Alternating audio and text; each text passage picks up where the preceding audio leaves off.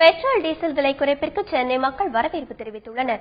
சர்வதேச சந்தையில் கச்சா எண்ணெய் விலை நிலவரம், அமெரிக்க டாலருக்கு நிகரான இந்திய ரூபாய் மதிப்பு நிலவரம் ஆகியவற்றிற்கு ஏற்ப பெட்ரோல் டீசல் விலையை எண்ணெய் நிறுவனங்கள் 15 நாட்களுக்கு ஒருமுறை மாற்றி நிர்ணயித்து வருகின்றன. அந்த வகையில் சர்வதேச சந்தையில் கச்சா எண்ணெய் விலை குறைந்துள்ளது.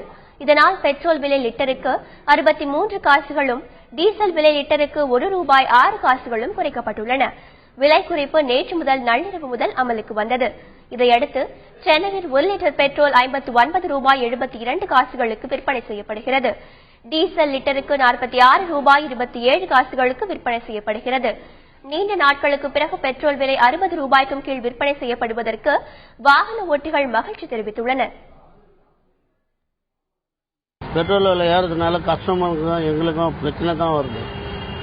எக்ஸ்ட்ரா மீட்டர் மேலே கேட்டால் அவங்க பேசுகிறாங்க, நாங்களும் அவங்கக்கிட்ட பேசுகிறோம், எங்களுமே வாக்குவாதம் ஆகுது.